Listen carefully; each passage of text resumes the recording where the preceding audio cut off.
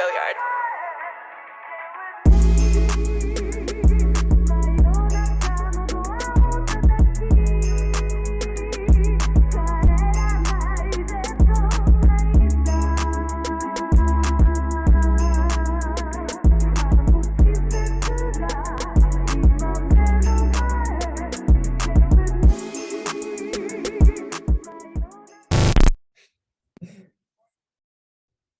Hello and welcome back to the CFCTALK podcast. It's your host Mohammad Soleja, joined with Alex again tonight. Amart couldn't make it this time. He's facing the side effects from a vaccine.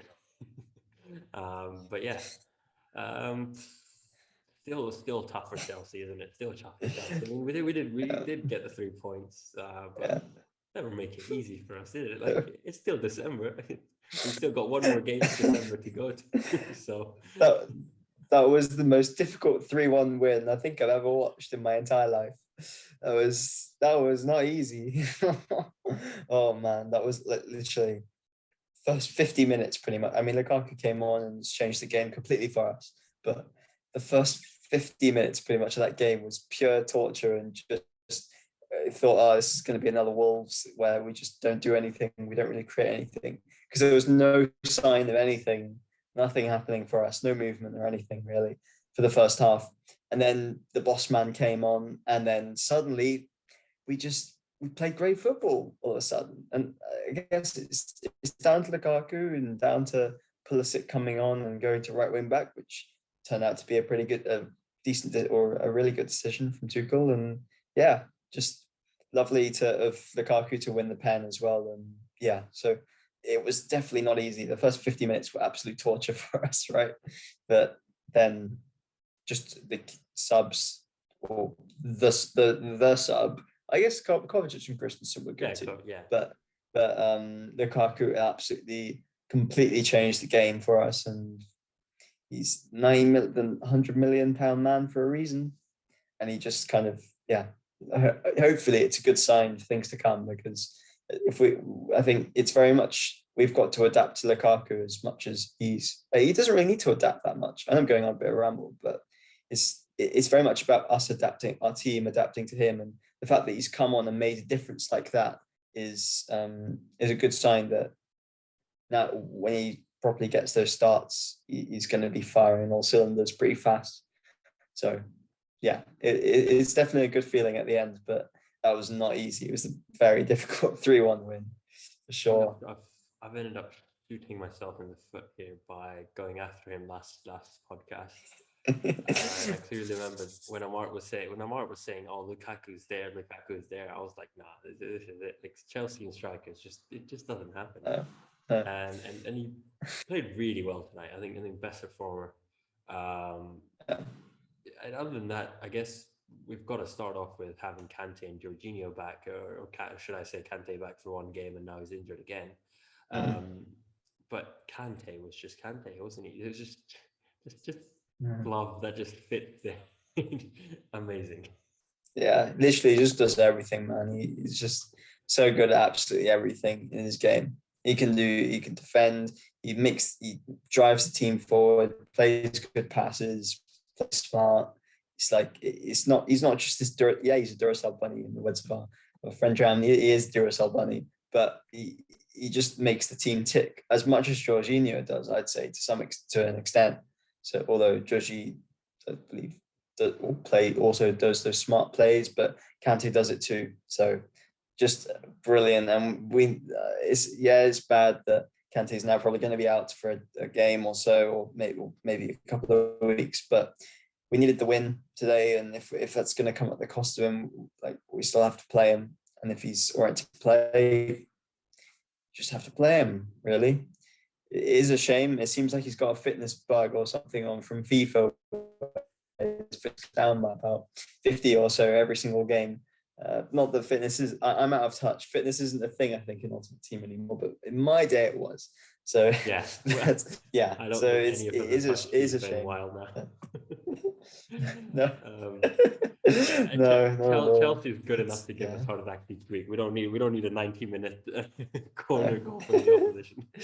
Oh man, tense moments. Yeah, no, I mean, you spoke about the first 50 minutes. We pretty much had possession. I won't lie, we had possession, and that was probably because we had the perfect team on paper and on the field in terms of Kante, Jorginho, and the back line that we had with Thiago Silva. Um, but it was just like nothing was happening. We weren't creating it. We weren't creating from that possession. And I think, as you said, with Aston Villa, every time they got possession, they were counter attacking. They were troubling our defenders and catching Marcus Alonso Mm. off guard every now and Yeah, then. yeah. They had both our wing backs, to be fair, on strings. I Yeah, think in the first half, they were getting in behind constantly. Ollie Watkins looked like he was absolute on some it, questionable substances because he was so fast. He would look like great save. he was looking like a Sonic Hedgehog out there. Yeah, he genuinely was because he looked so fast out there. And on Alonso's side as well, it's easy to outpace him. But even on James's side, they were getting in behind, and they really should they didn't have that many shots on target, but they got on so many threatening positions that they really should have done. They should have been up more. And the fact that they only scored through a deflected cross is an insult into how well they actually did play. But Yeah, thanks. I think it's just a December curse Chelsea have. Any team you put against us, it's going to be a struggle. And I think we played Brighton in 2 days, 29th, and then we played Liverpool on the 22nd. This is just a recipe for disaster. With Kante being out now, at least for one game, Silva as well. Um, but in January, all I need. I know Christmas is over. Pretty much, Christmas is over, and I should have wished for this before Christmas. But a midfielder, and most importantly, a finishing coach. A finishing. Please, someone get us a finishing coach. Oh man, thing is, it's not like it's new. Like Cho, as always, we all know that I'd like do that. Not gonna stand at Hudson-Odoi too much today because I thought he was brilliant. He Yeah, got no, the assist. great. He won the penalty. He was fantastic. But the weakness of his goal, one of his main weaknesses game, which is in ages and was on display today with that one miss at the end, is that he's not clinical. He doesn't find the corners well, and he scored 1v1s in the past, and that's great, and hopefully he continues to. But he's not the guy he's not the most clinical of finishers. He can't find the corner easily with his shots.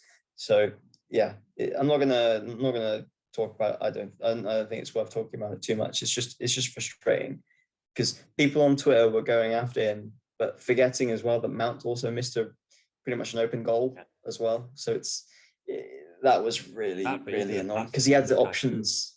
Yeah, he had options as well. And it's one of Yeah. those things where as a professional footballer, you think, oh, those are chances you have to score. Those are your bread and butter goals that just when Twitter stands come up and say, oh, you're stat padding a player, that's basically it. This is one-on-one goals. That one goal that you score. Yeah. And it's just frustrating because we're not creating many chances. It's not like we have 10, 15 chances a game to score. And even if we are creating, those are not chances which are clinical enough to trouble the opposition or make them rethink how they're playing. Which is why when you get the chance that Mount got or the chance that Callum got, you kind of think, oh, that those have to be buried in, and that somewhat relieves the pressure of the team, saying, okay, we've got a 2-goal lead, we've got 10 minutes to go, we can defend this, rather than getting a penalty in the 91st or 92nd minute and then going, oh, we can relax the last minute of the game because of injury time. Yeah, because it's particularly the time as well. So it was, I think, for both of their misses were when we were at 2-1, and it's like you miss those, and then they go and score, and then those misses become much larger, or cause not necessarily causes for concern, but you become really disappointed with them. And I think we'll rightly gloss over them a bit because it's at the end of the day we won the match. We scored 3 goals. The guy who we've got in the team to finish our chances scored and made the difference to our team. So yeah, no worries on that one. And it's annoying, but these guys are going to get better. And I think a lot of people on Twitter have said wisely that many great players have not been amazing finishers, that they've had many really good aspects to their game, in terms of dribbling and decision making, creativity. Like Raheem Sterling, when he was younger for Liverpool, he was lambasted. He was constantly lambasted at Liverpool for being a poor finisher. And now look at him now; he's a fantastic finisher right now. So, and he's not even that old as well. He's only 26, I think. So yeah, it'll come. And at the end of the day, Callum's only 20, Mason's 22. But yeah, it's just annoying. But we won the game, and they only missed one each. So, and it's just going to happen. Yeah, I mean, I'm not. Yeah, with that comment of going, oh, we need a coaching or a finishing coach really badly. I'm not trying to slander Mount or Callum for tonight. It's just a general kind of comparing the amount of chances we've missed or the opportunities that we could have actually scored and converted games where we got 1 point to maybe make it a 3-point game, or against, let's say, West Ham, where we kind of screwed up a few chances. Other than that, Pulisic was played quite well as well, right wing back. I mean, we've got options in that position, so maybe put him at left next week. Honestly, man, I'd be fully in favor of playing Reece James left wing back, Pulisic right wing back. Fully, absolutely. That, like, do it. Because Alonso, it's weird. Like, Alonso is still the same today. He was still a slow left wing back that we've come to know and love, but he's still, whilst he is that, he is also always the free man on the back post that we can name for. So many times, because Villa didn't play a back three today, they played a back four.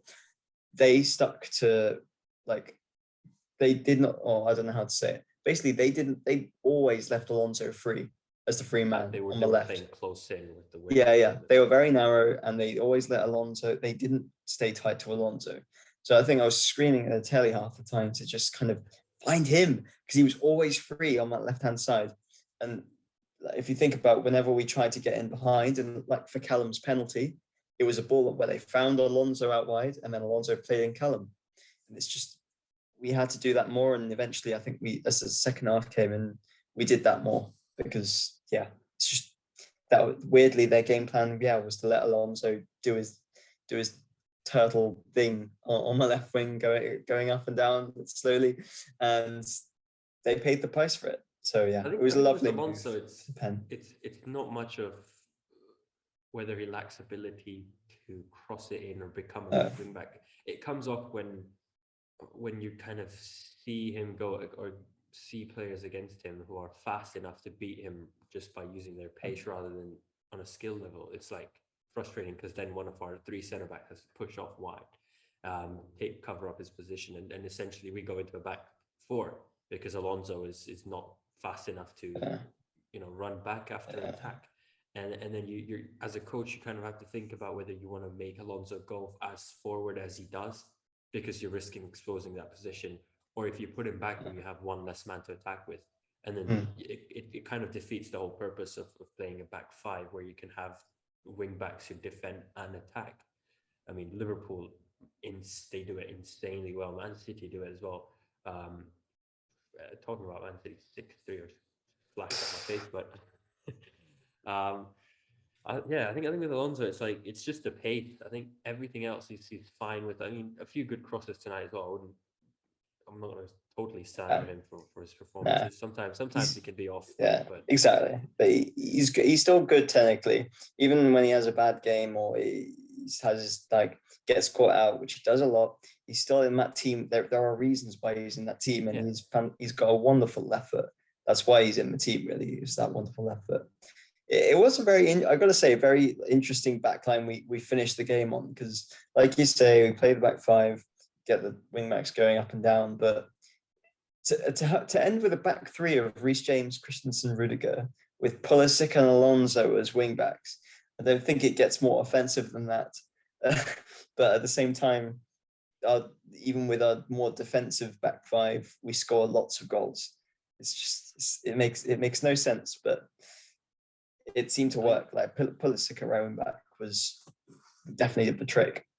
I think Tuchel has realized just put everyone anywhere and just test out what's best. Like it's just pick a position and you just pick Yeah, a player to put in yeah, there.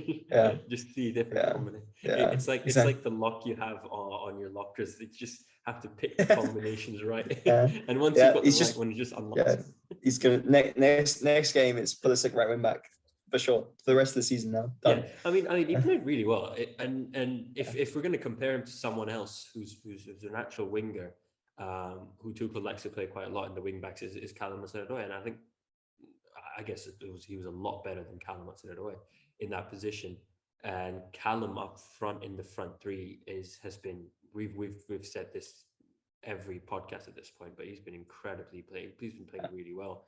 Got the penalty as well tonight. Yes, finishing again. We've already mentioned that, but other than that, pretty much played the way Tuchel would have wanted. Yeah. And again, as you said with Alonso, it's one of those where if Callum wasn't performing as well as he did, then Tuchel would have been putting him off onto the side, and he's proved himself. He's proved himself to be part of that team for sure. Because I think it basically comes down to who's more in form in terms of at least offensively. If Pulisic was doing better right now, then he'd be the one playing in that left wing spot.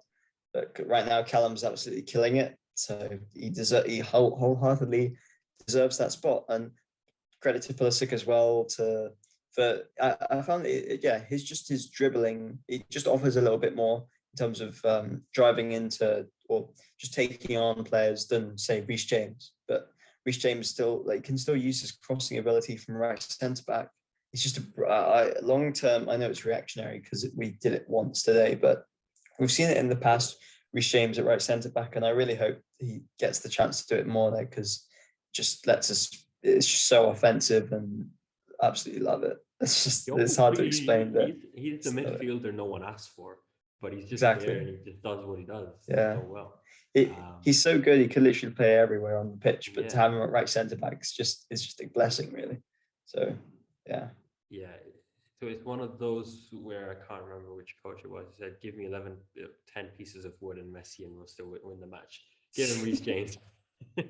Mourinho said 11 Aspis, but someone was tweeting, "Oh, can we have 11 Thiago Silvas?" Because they'd be slow, but they'd win the game. They will. They will. I mean, he's our best passer. He's got the best accuracy in the Premier League in terms of passing this season, which is just incredible for a defender. And it's just one of those where it's not even passes where he just passes it to Jorginho or Kante or whoever's in the midfield. It's the pass that he just makes all the way across the field, over the top of everyone, straight to the striker or the left wing back or Reece James a lot of the times, try and switch the play, which is just 37. Yeah. Unbelievable. Just it's like having a David Luiz right there who doesn't make any of the silly mistakes and has more experience. I hate to make the comparison and less hair, of course, but yeah, it's his passing range is just brilliant, and he finds the wing backs and our wingers so well, and yeah, he's. I'm gonna make the claim right now, and you're gonna put it on TikTok. I know it, but he's definitely one of our best. Start recording now, but yeah, he's one of our best free transfers in the history of Chelsea. Got to say it. He just is. He's been so good, and yeah. Completely agree with you there. Like, there's no. I can't think of anyone else. I mean, honestly, just he's been putting in shifts day and night. I can't recall a game where we've said, "Oh, Thiago Silva was really bad here." Yeah. There's not been a game where we've kind of had to sit there and criticize his performance. I think that the first game one. That was the preseason. That was preseason. Yeah. We don't speak. But yeah. Other than that, he's been great, and we've seen how the back line reacts when he's not there. 3 goals conceded against Zenit. We saw that when Rudiger and Silva weren't there. As much as we can hate, or not hate, but as much as we can say, "Oh, next year without Rudiger we'll be fine," I struggle to see it right now because he's playing really well. And unless we're willing to match his pay cut, Real Madrid are knocking on the door, and if they've been knocking for the last few weeks. So Yeah, it's bound to happen for yeah, free, and it's worse when it happens for free, because you're like, oh, yeah. we didn't even do anything about it. Mm. Yeah. When I was about to say, oh yeah, we keep getting scammed by Real Madrid because we gave him Courtois for a sub or for a cut price fee, and now we're really good for free. But then I remember we got 100 million for Hazard, and he's not done much for them after. I still want him back, but we got 100 million for him, and then he didn't play well for them. So they feel more ripped off by us than we do of them. So we're all right on that one. But yeah, it's just a conundrum because left centre back wise, we're not going to be playing Sarr next season as a first choice left centre back, and we haven't played anyone else at left centre back this year. So I have no idea like what we're going to do there. Koundé doesn't play left centre back, I don't think. He plays he plays as the right centre back in a 4. So yeah, who we're going to pluck out of thin air to play at left centre back, I don't know, but it'll be an interesting one in the summer to see what we do, and if we take some inspiration from the Courtois story and spend 80 million on someone, so buy out the contract. Sounds good to me. That's the issue is, who is it going to be? I think of when you think of defenders who are willing to move, you think of Koundé and then someone else. I just can't think of anyone else who's a good replacement for Rudiger, at least for now, at least an immediate return. I'm not thinking of 5 years down the line, Koundé is going to develop into this. That's good enough, but an immediate centre back we do need, because Aspi and Silva can't be running as centre backs for 60 games a season, can they? And then just remembered who. Sorry, go on. Sorry. I'll go for it. No, I was just going to say, and then you've got the annual Christensen mistake that he does. Yeah. Yeah. We hyped him up so much, and then he was all right today. I thought he was fine. Yeah, no, he came on, did an all right job. Like, the Villa weren't very threatening after, so it was right. But I mean, all just the defenders, before, I think, yeah, I'm cutting you off here, but I guess all the defenders pretty much did well, and we've set the standard so high for ourselves by getting like 13, 14 clean sheets in a row that every time we concede, we're like, oh no, the defense wasn't good. It's just we've had the bad luck, man. Like, earlier in the season where we had Mendy bailing us out, and everyone everyone on Twitter and stuff was saying that, oh yeah, it's not going to last forever, and we're going to start conceding forever. To an extent, they were right. I think, yeah, our defense, we got high standards. We scored a lot of goals for our defenders, and we kept a lot of clean sheets earlier. But I have a feeling that it's kind of, we had I guess to some extent, good fortune before, and it's coming to bite us on the bum a little bit now, because we're conceding goals that are free goals. Let's be real. West Ham's third one, I still have visible confusion when rewatching that, and then this one today was just bloody hell, I can't believe it. So yeah, Mendy needs to practice those deflected crosses. He needs to crosses. Weakness, deflected shots that cannot be anticipated. He needs to anticipate those more. So it's talking about deflected crosses. Mason Mount, he kind of troubled the Aston Villa goalkeeper Martinez with one of his. I think was it the first half? Yes. Yes. It was right on the top left. Dude, that would have been literally goal of the season right there. That would have been no joke. Would have been good, because it can't know like he was going for the shot. Like he definitely was bending it for there. That literally couldn't have been top corner. It was so close. And I don't think the keeper touched it either. It literally hit the top of the crossbar. It's one of those. If you ask Mason after the game, and if it would have gone in, he would have said yes, it was a shot. But now if you ask him, it's going to be a cross. Yeah. Which doesn't help this case, because it's still a very bad cross. It's the Zappa Costa invented it, man, and everyone else is just a follower. But yeah, it's a shame. I was just going to add one more thing on the centre backs before we can talk a bit more about this. And I was just going to say that the left centre back that we're looking for, we sold, and his name is Fikayo Tomori. Yeah, I mean, we're not going to sign him back, are we? No. He's the only left centre back I can think of, to be fair, right now, who just plays in the left of a 3. But we move. We can maybe try and buy him back eventually. That's what I would do.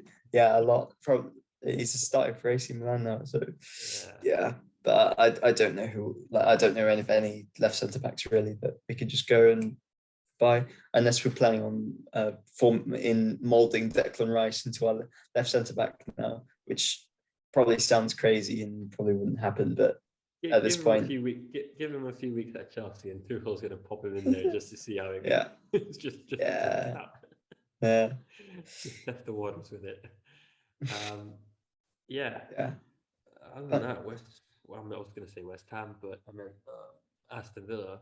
I can't think of anything else that kind of happened. The penalty from Lukaku at the end, which he conceded. Yeah. Lovely stuff. He absolutely bodied that Matty Cash, and no, he bodied one of the other fellow players, and then Matty Cash tried to stop him. Oh no, actually, Matty Cash was the Callum one. Yeah, you're right. I think I confused him with Cash with the first pen.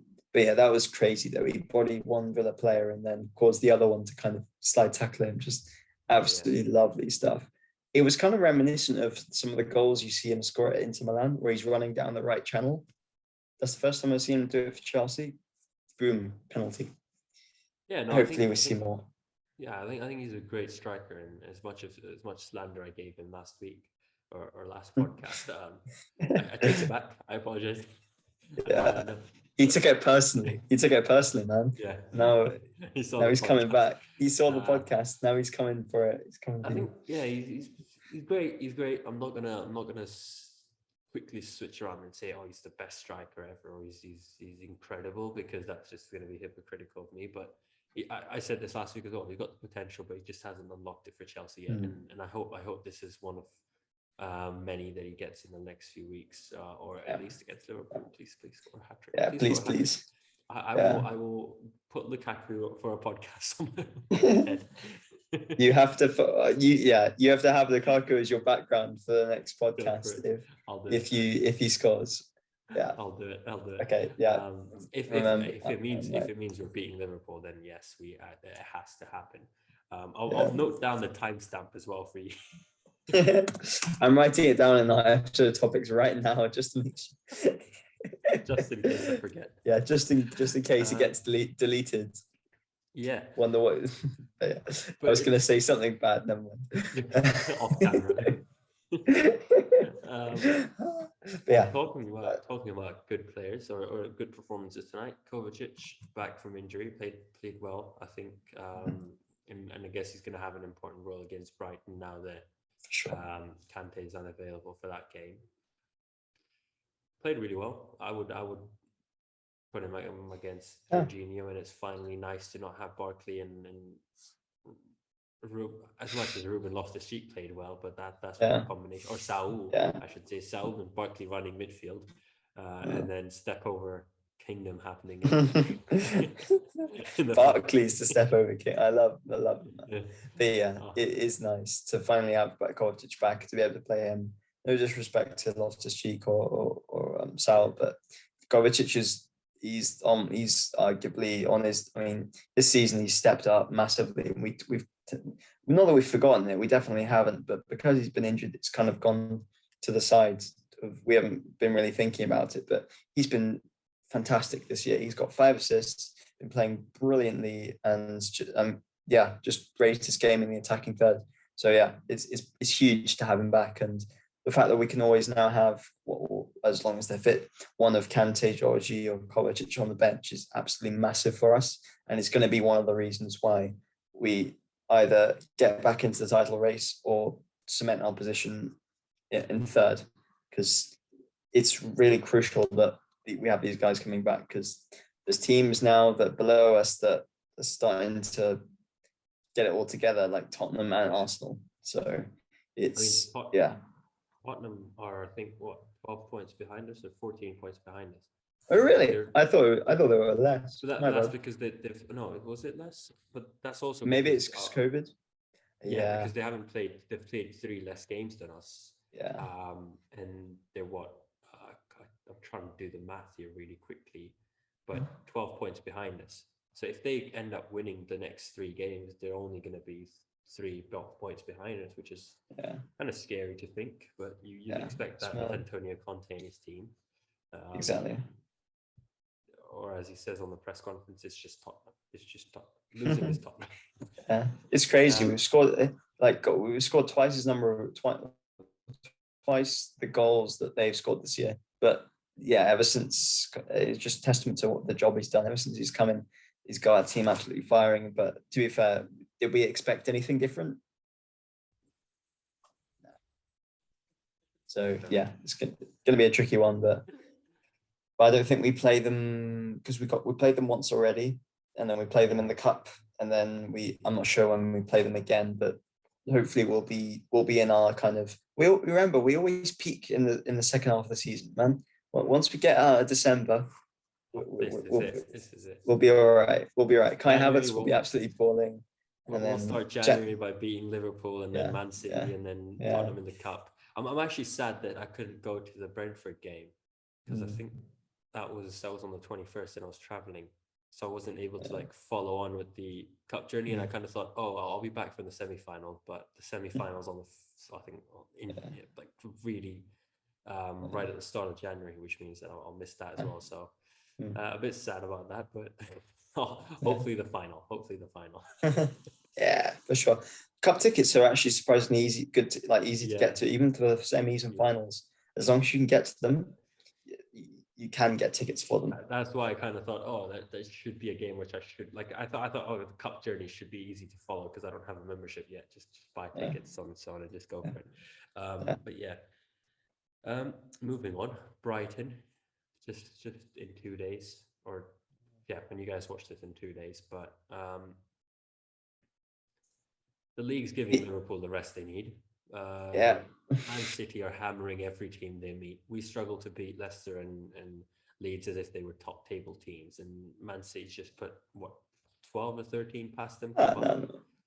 In fairness, we beat Leicester 3-0, didn't we? Yeah, I guess that was when we were in like Happy Land. Yeah, that was before Man United just broke us. But this is crisis. This is crisis.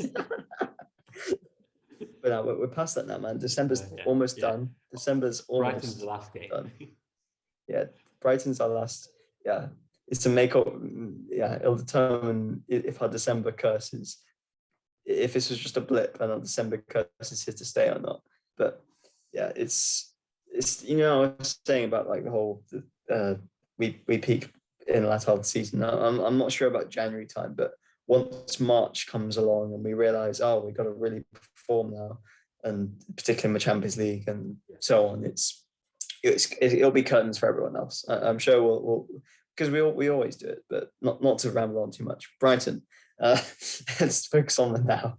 But Brighton is. I'm just a bit pissed about Premier League and the way they've handled the situation, because they've gone and delayed the game. I think it was Liverpool and Brighton because of a COVID outbreak. But how were they able to play 2 days after that? I mean, I think they were due to play today. The Boxing Day match was Liverpool Brighton. Yeah. It makes no sense how you can't play on the 26th, but you're fine to play on the 29th, which is just insane.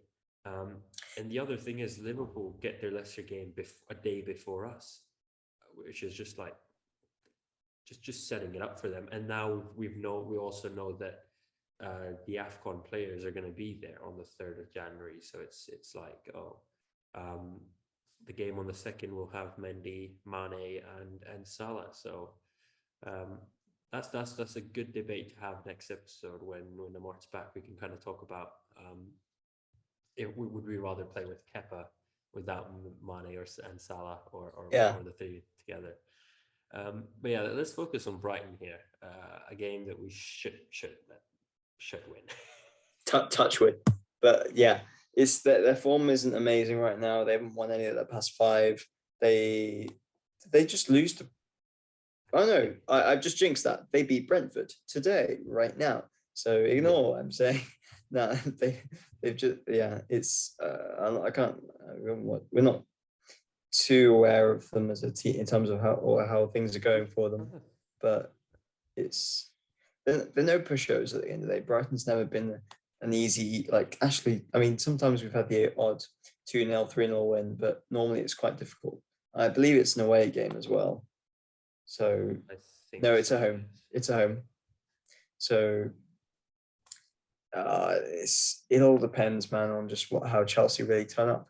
What Chelsea turns up, can we get Lukaku in the team? I mean, he really should be, but yeah, So we just gotta. We'll have Georgie, Kovacic back. James hopefully back to right wing back. Drop a masterclass at right back. Yeah. And just show us why we shouldn't have given him away. And the Johanovash guy is going to score a bicycle kick again. Yeah. He's not turned up. He's not literally ever since then. He's done nothing, but he's now going to turn up again. And because I'll never forget that, man. Never forget. I think it was the first day of 2020. I think it was. Yeah, like New Year's Day 2020. I think. Yeah. And yeah, he did that. No forgiveness. But yeah, always going to hold that against him. I don't think it was the same game as Reece James's beautiful goal from us. No. But yeah, that was a Premier League opener, I think. Yeah, that was the opener for last year or this year. It should. 2020. That's the away kit. Yeah. It was. Yeah, so it was the first game of the 2020-2021 season. So Lampard's first game of the new season, and James scored that rocket. Didn't he score a rocket in the reverse fixture as well? It was against Brighton. I know it was an away game because I remember we were wearing our away kit. Yeah. And I think it was the Premier League. I can't remember if it was the first game of 2020 or it might have been the first game of the 2020-2021 season. So back. I think you're right. Yeah. It might have been that season. But yeah, hopefully he does it again. We're going to need him to. We've missed the Reece James goal. He hasn't scored in a bit. He only really seems to score absolute bangers. So just, it'd be nice to get him back on the form as well. Because it was a rough game. Can't lie. It was a rough game for him until he was moved to right centre back when weirdly he was fine after then. But we'll take it. But yeah, it would be nice to get him back. Because before Mason Mount kind of started to score four goals in 4 consecutive games, Reece James was the one we were all hyping up really as our best player of the season. He's got 5 assists, he's got 4 goals, he's been just absolute beast in pretty much every single game that we've played in. So yeah, it wasn't his best day at the office yet today. So hopefully against Brighton, it's a great opportunity for him to score a good banger and get back on the form before we absolutely need him to boss it against Liverpool for sure. Yeah, I think it's like we could sit here and talk about the Brighton game, but our minds are already on the 2nd of January with Liverpool and just getting those 3 points. And realistically, Leicester, although they conceded 6, they scored 3 against Man City. Let's send Kante back. Let's send Chilwell back. Even though both of them are injured, get them the 3 points they need for their top 4 race. Get Liverpool down to 3 points and then just beat them on 2nd of January and get above them. Simple as. But Brighton, I think it's pretty much clear who's going to play. There's not much of a selection, at least in the midfield and in the defensive areas. In terms of Silva's out, Kante's out. Barkley should be out. Saul, send him back to Cobham. Who else am I trying to remember? You've got to have Kovacic and Jorginho in midfield, and then, as you said, Pulisic maybe at right wing back or left wing back. Try him out there just to see how it goes. If we're gonna put him at right wing back, might as well try Reece James at right centre back. It's just how long can we wait? Can we last with Alonso at left wing back, man? He's going to have to play. Is he just gonna play every single game, non-stop, 90 minutes, all the way until Chilwell's available again? I think he might, because it's just. We don't even know what the extent or what the extent of injury Chilwell has. Oh. We're going to reassess him in January, is it? When we kind of decide if he needs surgery or not for his ACL, which is a bit concerning, because if he does, then that means another 6-7 months that he's out. We can't do 6-7 more months of Alonso, man. not every game. He's not like he's got to maintain his energy, man. He's to keep that consistent pace of slowness that he had. But not to slander him anymore. But yeah, it's that's why I think there were rumors of like us considering what we're going to wait till the results of the Chilwell scan come out, and then if he is going to be out for another 6-7 months, whatever, we're going to go in and buy another left wing back, like Digne maybe, which I wouldn't be too against really, but it's just Alonso can't do it, man. He's not going to be able to. He's not going to be able to play every single game. Yeah. No, I completely agree. I think the reason we kind of had a slump in December was the fact that we had so many injuries, COVID cases, and realistically, let's be honest, Ben Chilwell and Reece James both were at the top of their form. I think this is the best form they've been in their lives, and they even said it in interviews because they knew that no left wing back has at least 1 or 2 goal contributions each game. And we got to a point where Chilwell was pretty much scoring. He scored in 3 consecutive games or 4 consecutive games, assisted as well in 2 or 3 games. And it was like, wow, we've got this super team which can now fight Man City and Liverpool. And now with those injuries and with Alonso coming in and not having the same abilities as Ben Chilwell, you kind of think of this team and you go, okay, we're playing well against teams, but it's not good enough for Liverpool, for Man City, for top teams and to win. I mean, even team in form right now, if we were to, I know we say Tottenham are probably the worst team, but if we were to play against them, we would have a very tough game. It wouldn't be an easy team. Antonio Conte has done wonders there, and it's one of those where we were lucky to play those teams before they got into form and got those 3 points when needed. And now, because we've got these injuries, we've kind of gone into every single game, at least in December, that we could lose this. We should cross our fingers every single game, pretty much. Yeah, which has not happened since Tuchel's come in. Since Tuchel's come in, we've kind of gone, this is Atletico Madrid, Real Madrid, one of those.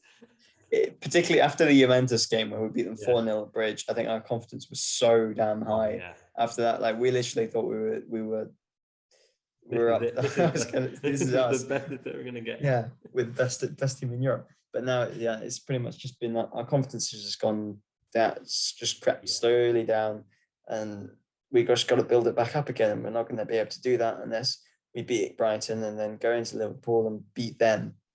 That's the only way we're going to. And unless we get back to beating the teams around us that we kind of should be challenging, we're not going to be able to get that confidence back.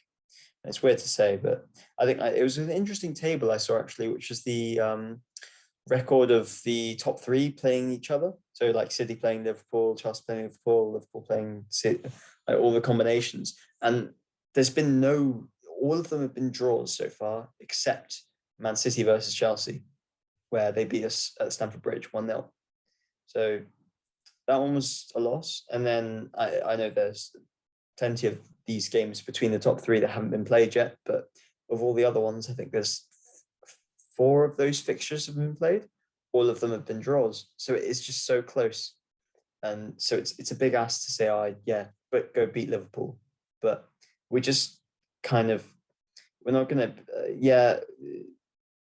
It would be nice to beat Liverpool, and it would really help our confidence. But we either got to be a big team, or we're just gonna have to build a run of good fixtures or good results back up again.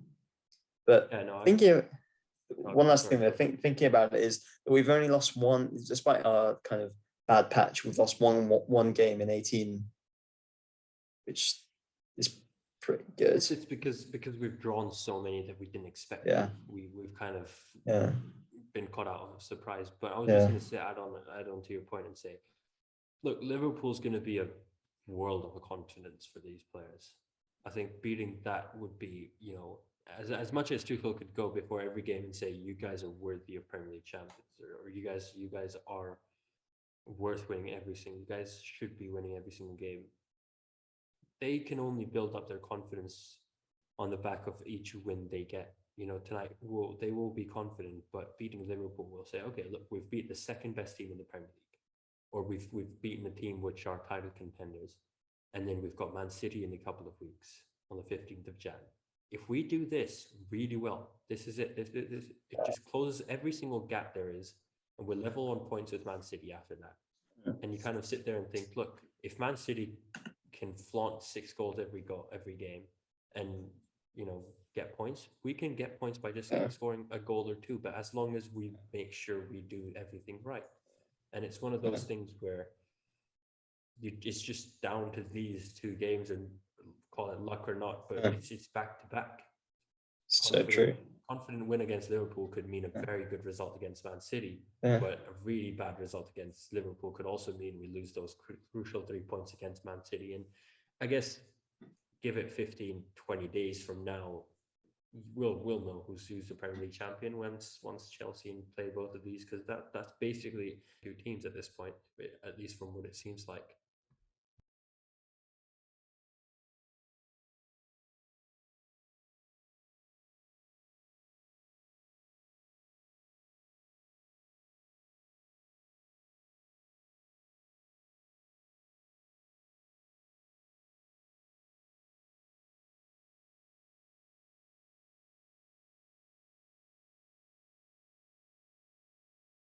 So just that one game of Chelsea Man City, we'd be 3 points higher, they'd be 3 points less. We'd all be on 44 points, because right now it's only 6-point gap. So it's just these games are so big in terms of when you think back on them, in terms of because of the gain of the one team gains 3 points, one team loses them. It's just massive. So yeah, to beat Liverpool would be absolutely humongous, really, for us. And yeah, that's why I really hope Kante is back, to be honest. Yeah, Kovacic is a fine replacement for him, but it's just things are always better for us with him. At the same time, though, I think there's a win rate statistic with Kovacic. It's something like 90% with him and 45% without. But it's kind of aided by the fact that he kind of got injured and then we went on a bad run. Maybe they're linked, maybe not, maybe a little bit. Sorry, that's sorry, but yeah. So these games are massive, but at the end of the day, 3 points against Liverpool is worth the same as 3 points against Brighton. So we got to do win the less challenging games as much as we have to beat Liverpool. So yeah, you're absolutely right. Brighton, let's go. No, I mean, this bad run, if you want to call it, has now just kind of made every game important. Whereas we were in such a good position where we'd only had drawn, I think, 1 or 2 games, lost only 1 game against Man City, that every game you walked into, you said, okay, if we draw this one, it's not going to be that bad of a deal.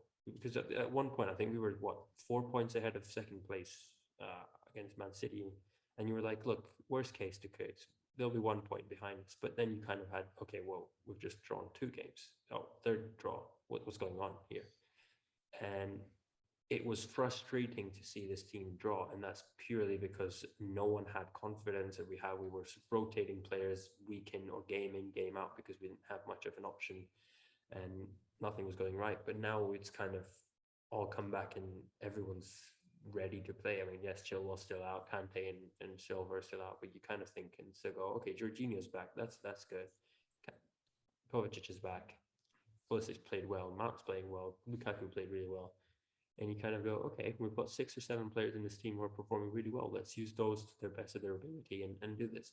And it's make or break time. You're not only winning 3 points now, you're taking away points from your opposition as well, who are your contenders. And you're building up confidence. So it's a perfect time to just put your head down, get 3 points for the next 4 or 5 games, get back into the race, go first place, and come May, we'll all be celebrating the Carabao. A very philosophical chat on the significance of 3 points in the Premier League for this evening. That'll be £35. Yes, subscribe to my Patreon. But yeah. Yeah, I can't really think of anything else to hype up Brighton even more than they are. We've given them we've given them the hype that they deserved, and yeah, I can't really think of much else for this to add to this one. Yeah, I mean it's a team. It's a team who sits ninth. The most they'll be able to get. I mean, stated they're only like what 4 points, just 5 points behind West Ham and sixth. They've got a poor run of form, and yes, 3 of the last 5 have been draws, and they'll probably come into this game and say, okay, we're here for a draw. Do what you want, and they'll have 10 men behind the ball if they want at one point, but. Let's go and get the 3 points, and let's keep it continuing. Yeah, for sure. We're not Arsenal. Brighton not our bogey team. That's someone else's job.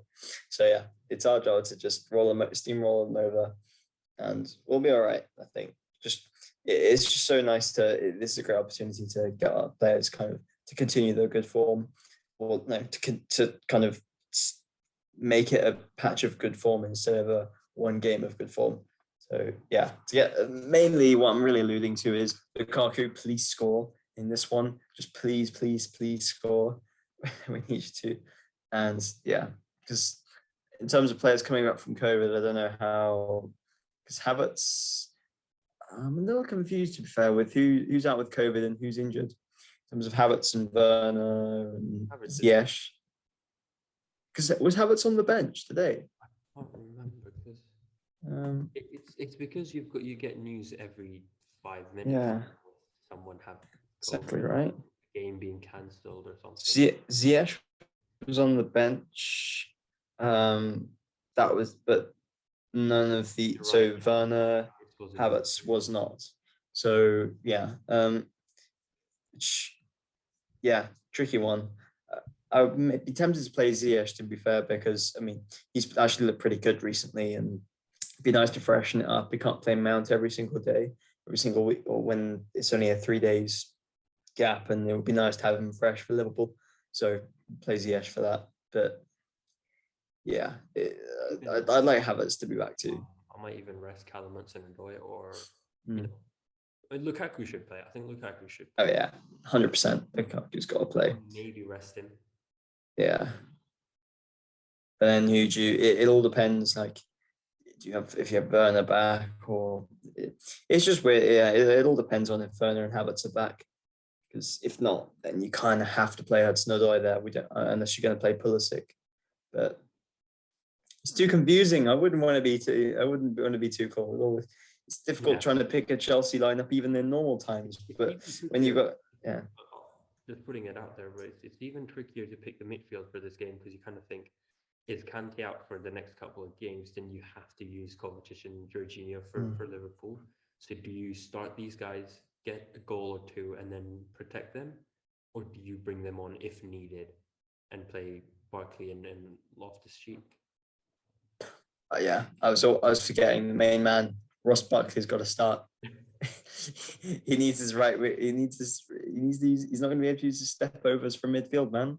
He needs to be played at right wing, driving into the box, step overs all the way, and then play it back to Georgie or Kovacic. That's the Ross Barkley way. But yeah, that's a tricky one for sure with so many players coming back, and who knows who'll have COVID in the next couple of days. So it's just a lottery, it seems, with who's can actually turn up. Fantasy Premier League has never been more difficult. I think at one point, I mean, I feel like at this point, I don't even think Tuchel knows what lineup's going to come. I think when he gets the team sheet on 1 hour before kickoff, it's like, oh, I don't remember picking him. Yeah. It's like we said last time, he has a dartboard. I mean, just when someone gets COVID, just rubs out their name, and then just he's throwing it out. There we go. Yeah, that's how it works. Yep. Yeah, that's why Lukaku didn't start. But yeah, I think that's as